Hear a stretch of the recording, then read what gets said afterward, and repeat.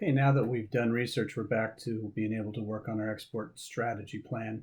So we can begin by coming down here to where we left off, which was the section on here, export to market strategy. So you want to plug in the year there. That's first thing off. And then most popular markets based on the data that you've worked on from TradeMap and from your research on the other databases, bill of lading databases. You're able to kind of get an idea of what markets are currently buying your product. So what markets are buying from your country. The second thing is what markets are buying from your competitors. Competitors being companies that produce the product at the same time, and in some cases have the same logistics and environmental conditions. So you'll have an ability at this point in time to identify the most promising markets. The next thing you'll be able to do is to identify statistics. Here's where you'll want to put statistics. Remember that the individuals reading this report will want to know what your decision was based upon. So you can cut and paste, you can download, as we showed in TradeMap, you can download to Word documents and Excel documents. Remember that most of your readers are going to want product or their report in a visual format. So the more graphic you can use, the easier it is to explain to people. Again, one of the things we talked about in the scope of work or in the SWOT analysis was working with different parts of the business. So you're working with the accounting department, you're working with operations, you're working with production. So you're able to put that information here in a visual format that they can understand.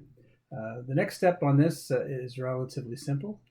You've got the trade product market combinations. So you look at the product and the market.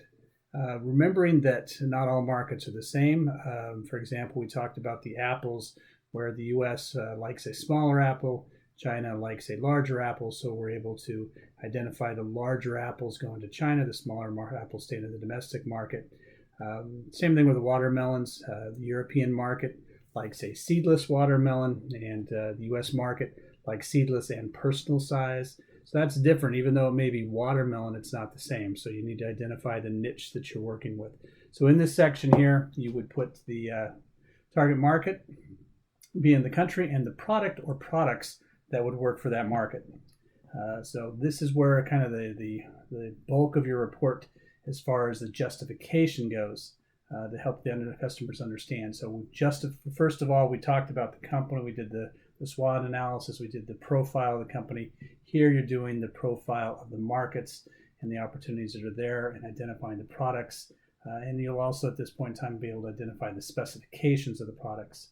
In some cases online, you're able to go on and find the specifications, either from an FAO standpoint, as we talked about, or you can find company specifications on what they require. So this is where you would put that information or put a link to it. One of the things you want to try and avoid is having too much information in the body of your report. So a lot of times I'll put the summaries in a section here and go ahead and put the actual document down in the appendix or as a attachment to the report saying here's information that justifies what we've talked about.